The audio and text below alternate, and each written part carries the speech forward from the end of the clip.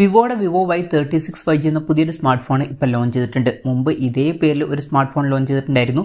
ഇപ്പോൾ ലോഞ്ച് ചെയ്തിരിക്കുന്നത് പുതിയൊരു വെർഷനാണ്. എൻ്റയർലി ഡിഫറൻ്റ് ആയിട്ടുള്ള ഫീച്ചേഴ്സും കാര്യങ്ങളൊക്കെയാണ് ഇതിൽ വരുന്നത്. ഈ ഒരു വീഡിയോയിൽ നമ്മൾ നോക്കാൻ പോകുന്നത് പുതിയ Vivo Y36 5G എന്ന സ്മാർട്ട് ഫോണിനെ പറ്റിയിട്ടാണ്. ആദ്യം നമ്മൾ ഫീച്ചേഴ്സും കാര്യങ്ങളൊക്കെ നോക്കുകയാണെന്നുണ്ടെങ്കിൽ ഡിസ്പ്ലേയുടെ കാര്യത്തിൽ Vivo Y36 5Gയിൽ 6.56 ഇഞ്ചിൻ്റെ HD+ ഡിസ്പ്ലേ ആണ് കൊടുത്തിരിക്കുന്നത്.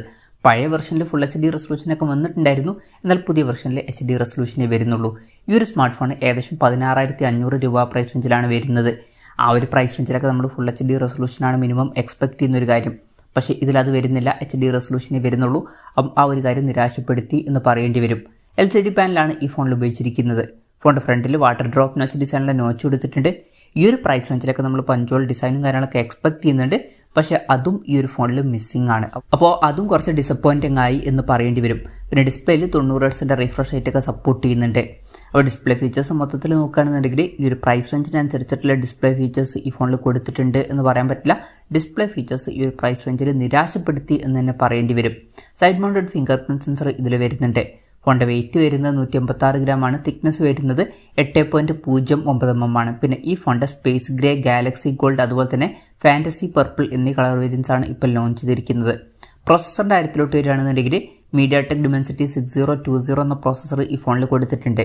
16,500 രൂപ പ്രൈസ് റേഞ്ചിൽ ഇത് ഏറ്റവും ബെസ്റ്റ് പ്രോസസ്സറാണ് എന്നൊന്നും പറയുന്നില്ല.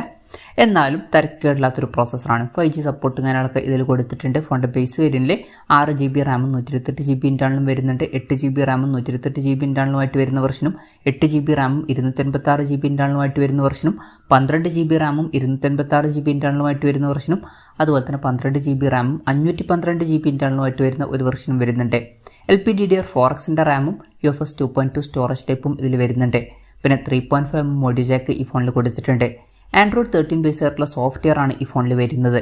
ക്യാമറയുടെ കാര്യം പറയുകയാണെന്നുണ്ടെങ്കിൽ ഫോണിൻ്റെ പിന്നിൽ ഡ്യുവൽ ക്യാമറ സെറ്റപ്പാണ് കൊടുത്തിരിക്കുന്നത്. 13 MP മെയിൻ ക്യാമറ സെൻസറാണ് ഈ ഫോണിൽ വരുന്നത്. പഴയ വെർഷനിൽ 50 MP മെയിൻ ക്യാമറ സെൻസറൊക്കെ വന്നിട്ടുണ്ടായിരുന്നു. പിന്നെ ഈ ഫോണിൽ 2 MP ഒരു ഡെപ്ത് സെൻസറും കൊടുത്തിട്ടുണ്ട്. ഫ്രണ്ടിൽ 5 MP സെൽഫി ക്യാമറയെ വരുന്നുള്ളൂ. ഈ ഒരു പ്രൈസ് റേഞ്ച് വെച്ച് നോക്കുമ്പോൾ കുറച്ചും കൂടി ബെറ്റർ ആയിട്ടുള്ള റെസൊല്യൂഷനെ കൊടുക്കായിരുന്നു എന്നാണ് എനിക്ക് തോന്നിയിട്ടുള്ളത്.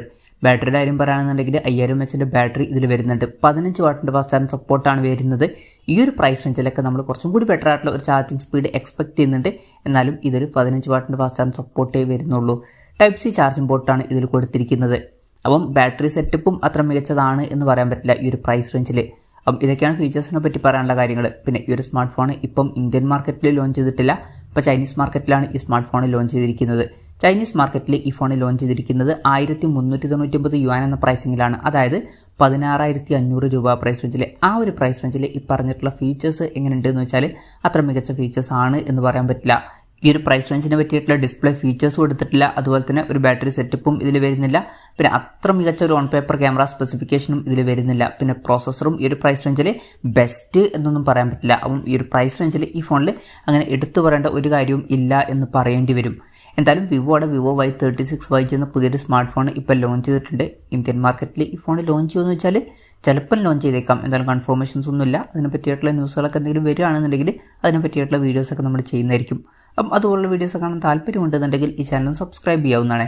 എന്തായാലും Vivo Y36 5G എന്ന സ്മാർട്ട് ഫോണിനെ പറ്റിയിട്ടുള്ള നിങ്ങളുടെ അഭിപ്രായം ജസ്റ്റ് ഒന്ന് കമൻറ്റ് ചെയ്യുക. അതുപോലെ തന്നെ ഈ ഒരു സ്മാർട്ട് ഫോൺ ഇന്ത്യൻ മാർക്കറ്റിൽ ലോഞ്ച് ചെയ്യുകയാണെന്നുണ്ടെങ്കിൽ നിങ്ങൾ ഏത് പ്രൈസിങ്ങിലാണ് എക്സ്പെക്റ്റ് ചെയ്യുന്നത് എന്നുള്ള കാര്യം കൂടി ജസ്റ്റ് ഒന്ന് കമൻറ്റ് ചെയ്യുക. ചിലപ്പം ഈ ഫോൺ ഇന്ത്യൻ മാർക്കറ്റിൽ ഒരു 15,000 രൂപ പ്രൈസ് റേഞ്ചൊക്കെ ആയിട്ട് ലോഞ്ച് ചെയ്തേക്കാം. കൺഫർമേഷൻസ് ഒന്നുമില്ല, ജസ്റ്റ് നമ്മുടെ എക്സ്പെക്റ്റേഷൻ പറഞ്ഞു എന്നേ ഉള്ളൂ.